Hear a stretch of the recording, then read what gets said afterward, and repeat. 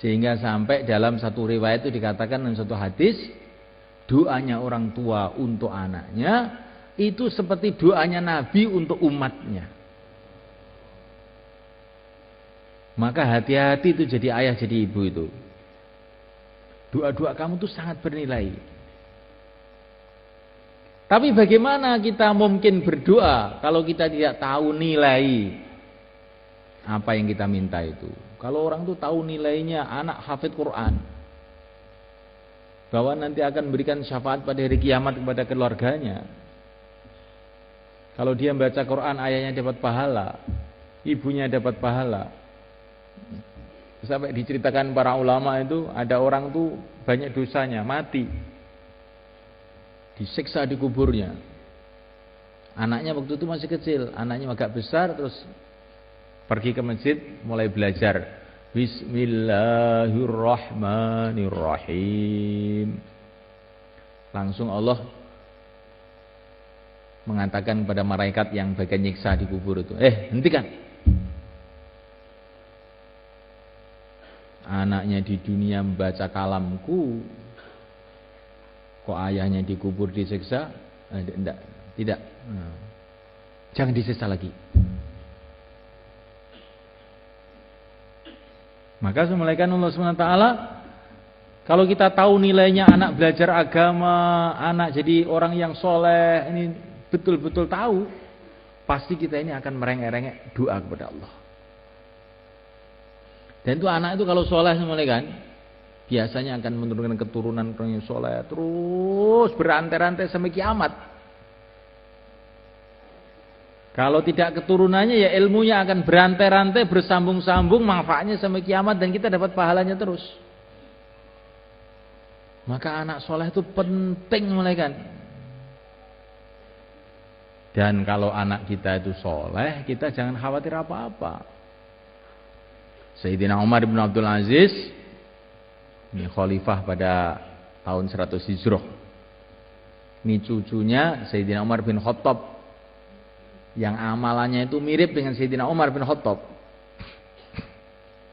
Ketika beliau mau wafat, itu anak-anaknya kecil-kecil di sampingnya. Anaknya itu pakaiannya itu sederhana-sederhana, tambal-tambal, saking miskinnya. Padahal beliau ini khalifah, presidennya waktu itu, rajanya pada waktu itu. Sehingga family-familinya itu datang kepada Sayyidina Umar. Ya Amirul Mukminin, ini anak-anak kamu kayak begini ini. Ini saya punya harta halal 100%. Saya berikan kepada kamu. Saya tidak perlu harta, sudah mau mati untuk apa harta? Kalau engkau tidak mau, kau kasihkan anak-anak kamu. Tidak perlu anak-anak saya harta. Kan miskin-miskin anak kamu, tidak perlu. Jangan kamu kasih harta anak saya. Anak saya ini, kamu tahu ya, anak saya ini, kalau dia soleh, sudah dijamin oleh Allah. Wallahu yatawallas salihin. Allah akan memelihara, menjaga orang-orang soleh. Kalau sudah dipelihara oleh Allah, dijaga oleh Allah, untuk apa saya risau?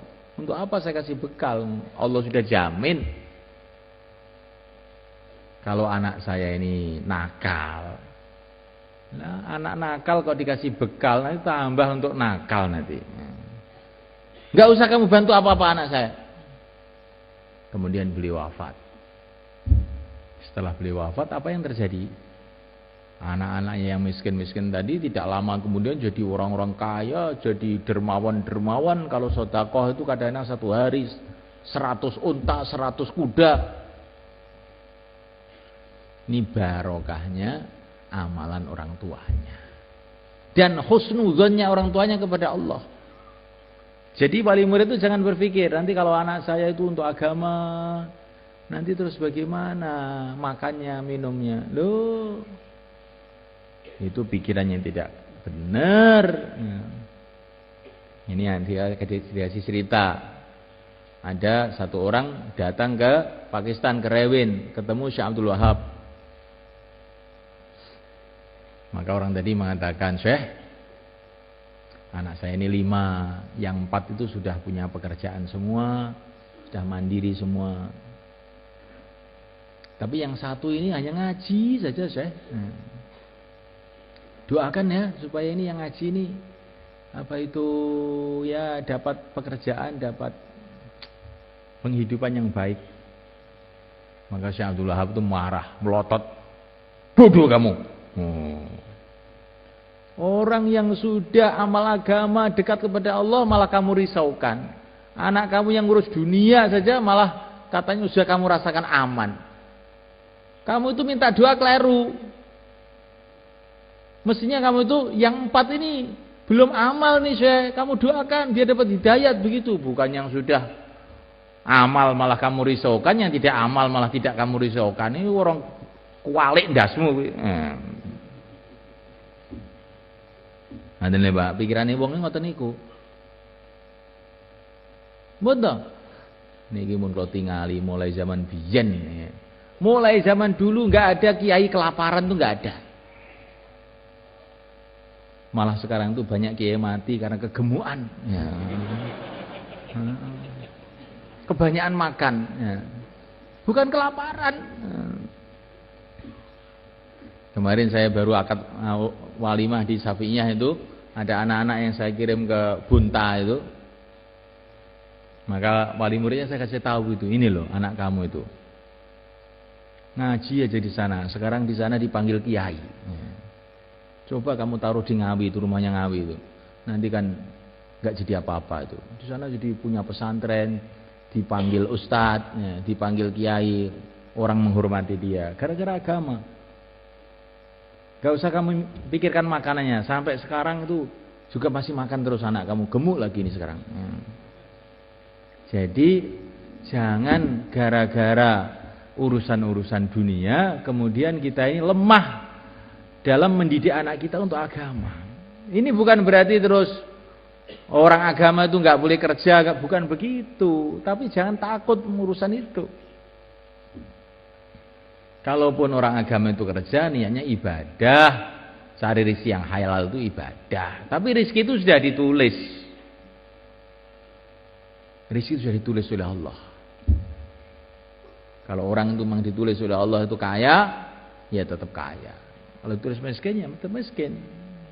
Tidak ada kaitan dengan kecerdasan, tidak ada kaitan dengan kepintaran, tidak ada kaitan dengan ijazah.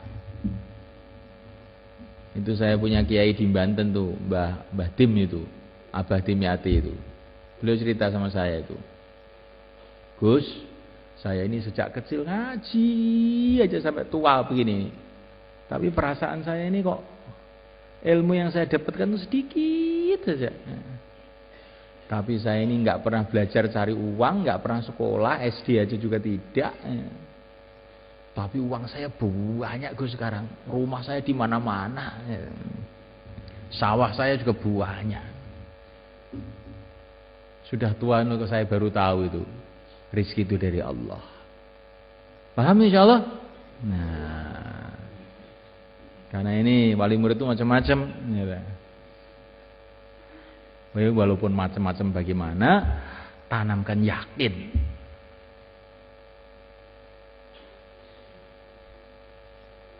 Saya dengan kamu, dengan semua santri sama saja. Maksudnya sama saja itu gimana? Rizkinya dari Allah. Jangan khawatir orang tidak makan di dunia ini. Namanya lalat saja dikasih makan oleh Allah. Masa hafid Quran nggak dikasih makan? Ya insya Allah akan makan lebih banyak lagi kamu insya Allah tahun ini. Kenapa di pondok itu makannya cuma 2 kali? Supaya kamu latihan mujahadah. Bukan karena pondok nggak punya makanan, bukan. Ya. Kedua kali supaya kamu lebih sehat. Untuk ilmu-ilmu kedokteran yang paling canggih sekarang itu, kebanyakan orang itu sakit gara-gara banyak makan, bukan karena kurang makan. Yang ketiga kali, yang lebih penting lagi, memang rezeki kamu ya 2 kali itu. Ini yang paling penting. Ya. Jadi jangan ini di Al-Fatah makan cuma 2 kali. Wah, kalau rezekinya itu 3 kali, akhirnya dia 2 kali dari pondok ke warung 1 kali, malah 2 kali. Jadi 4 kali makannya. Itu anak-anak itu ada yang gemuk-gemuk gede-gede. Kamu tuh dikasih makan 2 kali kok bisa gemuk begitu? Lah ke warungnya 2 kali juga, Pak. Oh, Masya Allah. Lah ini ya. Jadi semulaikan Allah Ta'ala. Karena ini kata Imam Ghazali itu ujian. Di antara ujian orang dalam mengamalkan agama, belajar agama itu dia memikirkan masalah ekonominya. Nah kalau dia lulus, rezeki di tangan Allah, akhirnya baru dia bisa belajar, baru dia bisa berjuang, baru dia bisa ngamal agama.